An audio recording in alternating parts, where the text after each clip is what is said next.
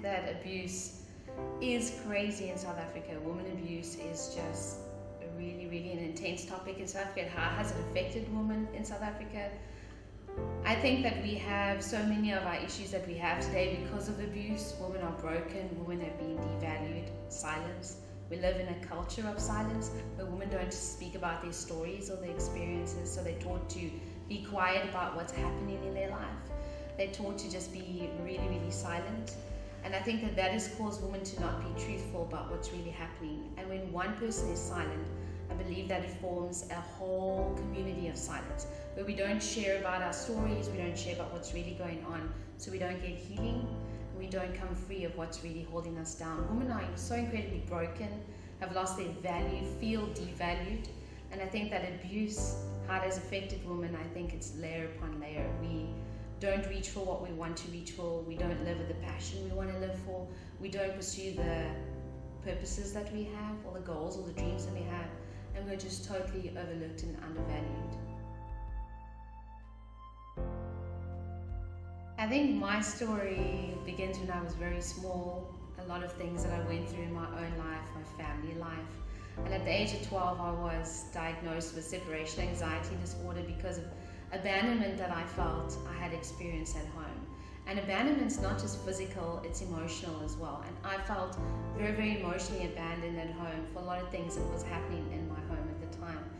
And I think that being in a position where I felt totally abandoned, neglected, and that there was no one to kind of safeguard my emotions or my feelings from such a young age really taught me that I was very much alone in the world. And I really had to deal with my issues all on my own. The psychologist said, you need to go for counseling, but I never received that counseling. I never got that therapy that I really needed. And so I had to grow up really strong, and I had to just overcome a lot of things. And from that young age as well, I had separation anxiety at about 12, and 2 years later, I said to my mom, I want to help abused women. I want to actually build a safe house for abused women. And so when I got older, I studied psychology and became a therapist, and then became a journalist about abuse and a writer about what's really happening to women, and just telling their stories, really telling their stories, and saying, I want to speak up. I want to lend my voice for a short period of time to someone else that feels that they don't have a voice until they can find their own voice. I don't believe that I need to be a voice for the voiceless. I believe everybody has a voice. But I just sometimes meet people who have been so abused and so broken that they do not have a voice. And so we lend our voices to them. That's what I feel I need to do. Just lend my voice to them until they find the power of their own.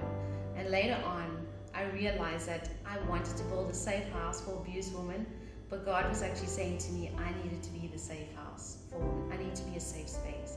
And so that was kind of my journey through a lot of what I experienced growing up. It just taught me that I can be a safe place and just love people to share their story with me and teach them about their value and empower them, hopefully, to find their voice.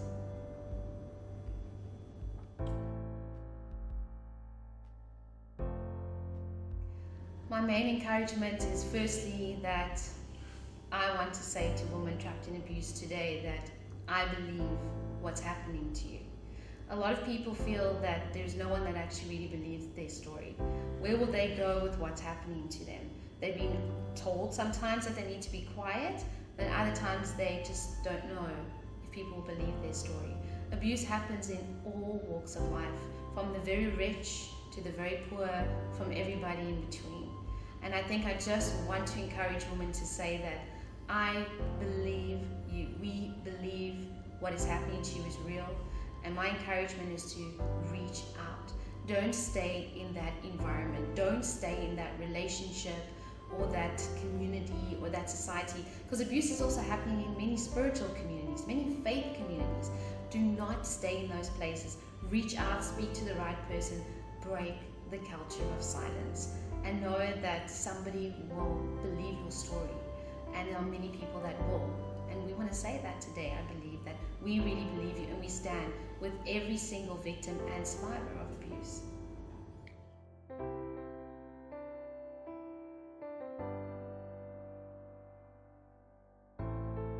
Hi, my name is Lauren Jacobs, and I'm saying no against the abuse of our women and children.